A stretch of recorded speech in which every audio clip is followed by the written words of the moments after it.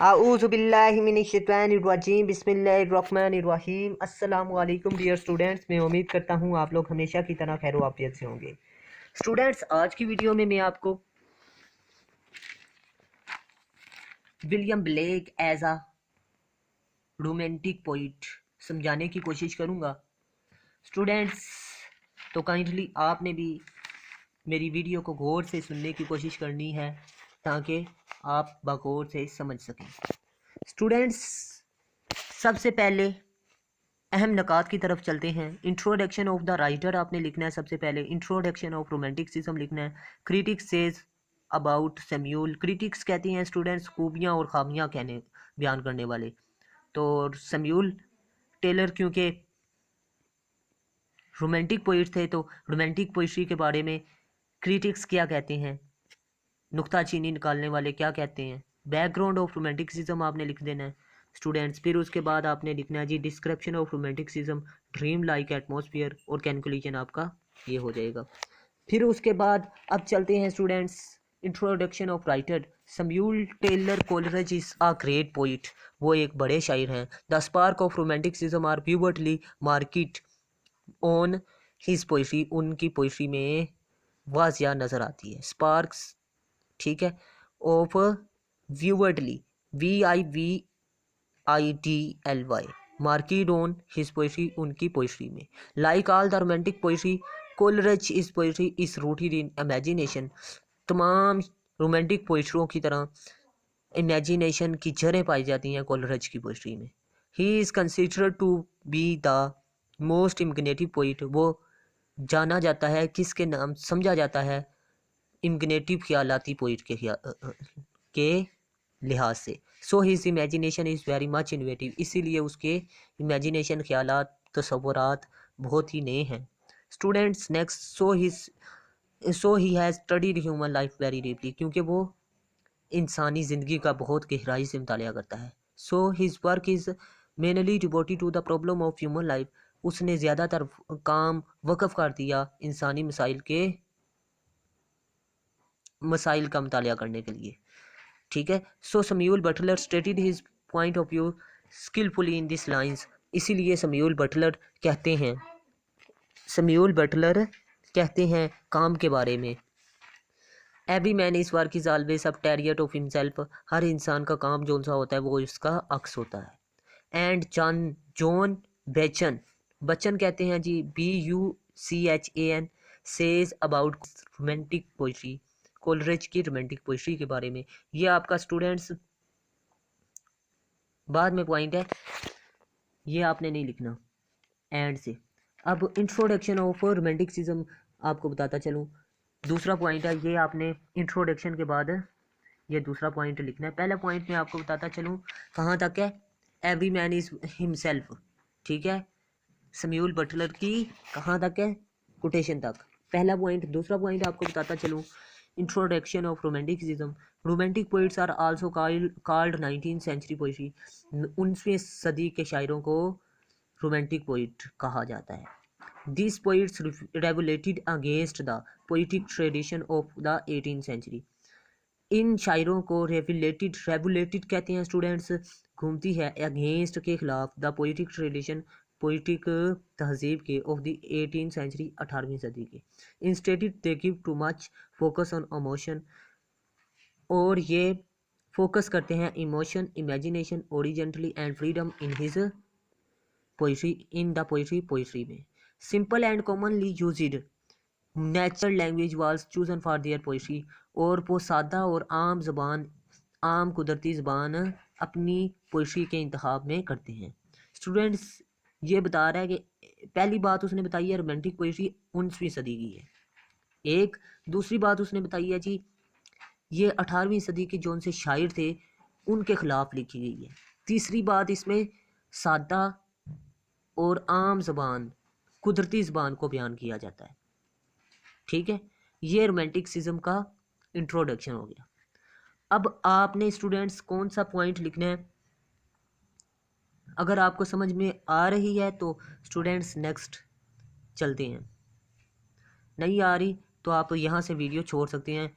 मैं अपने फ़ायदे के लिए आपका टाइम वेस्ट नहीं करना चाहता। ठीक है स्टूडेंट्स। तो critics says about romanticism, critics कहते हैं खूबियाँ खामियाँ कहने वाले। ठीक है, रोमांटिसिज्म के बारे में खूबियाँ खामियाँ जो शायर जो बंदा करते हैं वो कौन कौन से हैं। एक ही है स्टूडेंट्स जिसने रोमांटिसिज्म के बारे में ख़ास तौर पर सैमुअल बटलर के रोमांटिसिज्म के बारे में खूबी बयान की, वो कौन है? जॉन बचन। जॉन बचन है स्टूडेंट्स। और वो क्या बयान करता है खूबी खामी?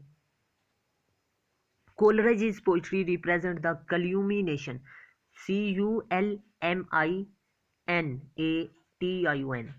ठीक है, of romanticism in its purest form। ठीक है स्टूडेंट्स, ये आपको कह रहा है कि कोलरिज पोइट्री जाहिर करती है कल्यूमिनेशन ऑफ रोमांटिसिज्म को। ठीक है, इन इट्स प्रीशर्ट फॉर्म, दबाई जाने वाली शक्ल में। ठीक है स्टूडेंट्स। अब यहाँ पर आपको मैं बताता चलूँ कि ये रोमांटिसिज्म की खूबी और खामी किसने बयान की है? जॉन बचन ने। तो स्टूडेंट्स आपने ये पॉइंट लिखना है, ये आपकी कोटेशन बहुत ही काम आएगी आपके पेपरों में। तो काइंडली आपने इसे ड्रॉप नहीं करना और इसे तैयार करना है अच्छे तरीके से। तो स्टूडेंट्स नेक्स्ट चलते हैं नेक्स्ट पॉइंट की तरफ, लेकिन चूंकि ये वीडियो काइंड मास्टर पर है तो नेक्स्ट पॉइंट आने तक इंतज़ार करना पड़ेगा काइंडली।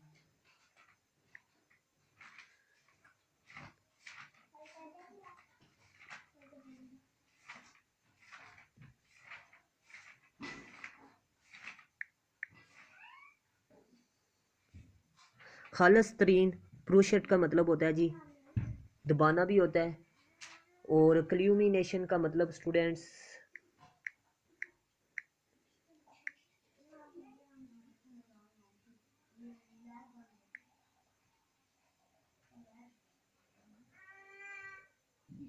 आखिर।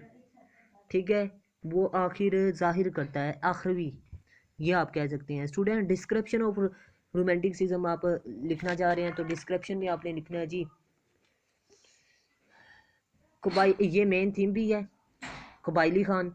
ठीक है स्टूडेंट्स, आपको मैं बताता चलूँ डिस्क्रिप्शन, आप इसकी जितनी भी पोइम्स है 4 पोइम्स हैं, तो चारों में से किसी भी पोइम को आप पकड़ कर, एमए इंग्लिश की बात कर रहा हूँ, पंजाब यूनिवर्सिटी की 4 बुकें आपके सिलेबस में है, आप डिस्क्रिप्शन में वही पॉइंट बयान कर सकते हैं और उसी की डिस्क्रिप्शन बयान करनी है जिसको आप लेकर चल रहे हैं।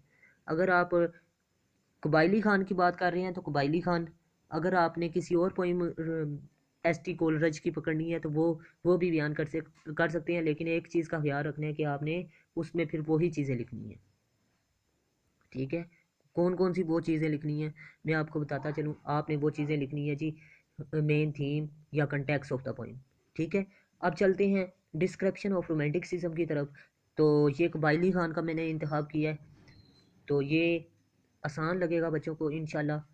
कबायली खान या कुबला खान है स्टूडेंट्स, इसे कुबला खान भी कहा जाता है, कबायली खान के नाम से भी जाना जाता है। Order to build a pleasure dome in Xanadu to be built for him. ठीक है, जो कि उसके लिए तमीर किया गया। ऑर्डर्ड हुक्म पर, प्लीजर डूम एक खुशगवार महल, डूम कहते हैं महल। ठीक है, the river Alph ran by it, और रिवन एल्फा वहाँ पर एल्फा जो सा था, एल्फा दरिया का नाम था, वो उसके नीचे बहता था, उसके करीब बहता था। ठीक है students, place covered an area of 10 meals, और महल ने कितना एरिया ढांपा हुआ था? 10 मील। 10 मील के एरिए पर वो महल बना हुआ था, इतना बड़ा था। The whole area was fertile, और तमाम का तमाम एरिया जरखेज था। There were garden which glittered with the waters of rivers, और ये तमाम जगह देयर वेयर गार्डन, और जहाँ पर गार्डन्स थे, बागात थे, वो ग्लिटरिड फैले हुए थे, वाटर्स ऑफ रिवर्स दरियाओं के पानी से भरे दरियाओं से, यानी वो बह रहे थे।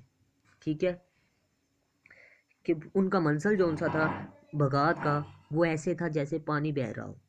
ठीक है, तो students next, the fragrant trees grew in evidence, और खुशगवार जो उनसे दरख्त थे वो बहुत ज़्यादा एविडेंस पुरकशिश लग रहे थे या खूबसूरत लग रहे थे। It was a Holi and enchanted place, और ये बहुत पाक और जादू वाली जगह थी। अब स्टूडेंट्स रोमांटिक सीन आपने लिख देना है। The poem contains on other romantic aspect, for example romantic एक पहलू भी था जो कि मैं आपको इस पोइम में बता रहा हूँ। द पोइट सीज एन एबिसेंस, एबिसेंस कहते हैं हबशा की, मेड लड़की, इन हिज ड्रीम, उसने अपने ख्वाब में देखी। She is playing upon a dulcimer, dulcimer कहते हैं स्टूडेंट्स, बजा रही थी क्या, पियानो, ठीक है। Here song is very inspiring, मुतासर कर रहे हैं, उसका जौन सा गाना था वो उसे बहुत मुतासर कर रहा था। एक लड़की देखी थी हबशा की, उसका गाना सुन रहा था शायर, और उसे बहुत मुतासर किया उसके गाने ने, खूबसूरत था उसका गाना। Such description in the poem are work of the brain which is gifted with great creative imagination, और इसकी मंजर कशी जौन सी काम करने की थी वो खुदा की तरफ से एक बहुत बड़ा जहन देने की अलामत थी कि उसने अपनी पोइम जौन सी लिखी है, ठीक है, उसकी मंजर कशी पोइम में जो लिखी है ये साबित करती है कि खुदा ने उसे सलाहियत दी है कि वो अपने ख्यालात को पोइट्री की सूरत में लिख दे। आम बंदा, आम इंसान इस तरह नहीं लिख सकता, ये बात कह रहा है स्टूडेंट्स। अब स्टूडेंट्स नेक्स्ट पॉइंट की तरफ चलते हैं, क्योंकि ये वीडियो रिकॉर्ड हो रही है स्टूडेंट्स, तो अभी तक वेट करना पड़ेगा क्यों नेक्स्ट पॉइंट आने तक। इसमें ऑटोमेटिकली निज़ाम है ऐसा, तो स्टूडेंट्स इसमें मैं और आप कुछ भी नहीं कर सकते, अभी 1 मिनट भी नहीं है।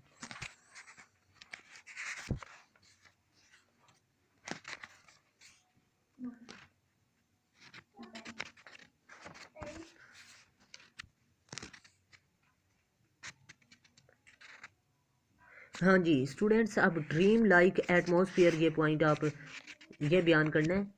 मैं आगे पीछे रह गया था, अभी मेरी नज़र पड़ी है, मैंने आपको डिस्क्रिप्शन ऑफ रोमांटिसिज्म का वो पिछला पॉइंट बताया।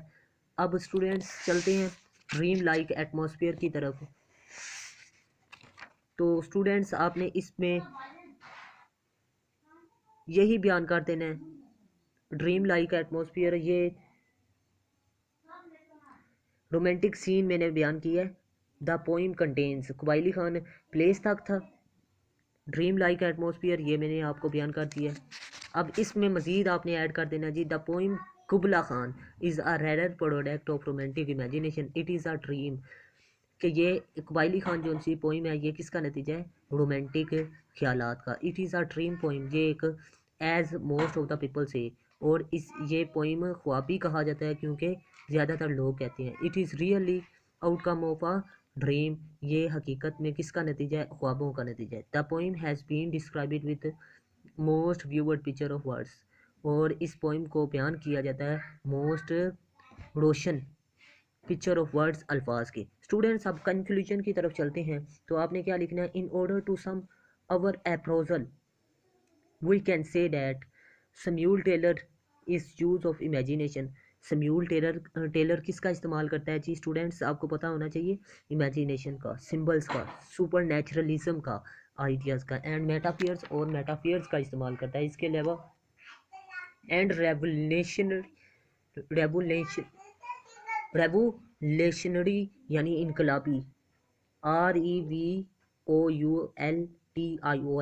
REVOULTION student spirit combined with dictation and expression of thoughts and poets,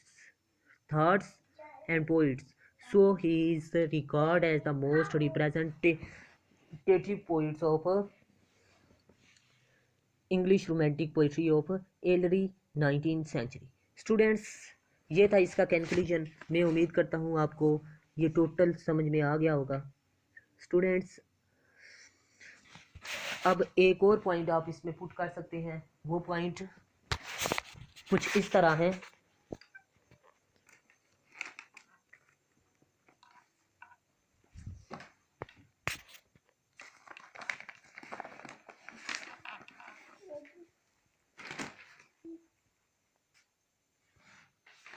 चलें स्टूडेंट्स, इतना ही बड़ा है, आप इतना ही लिख लें।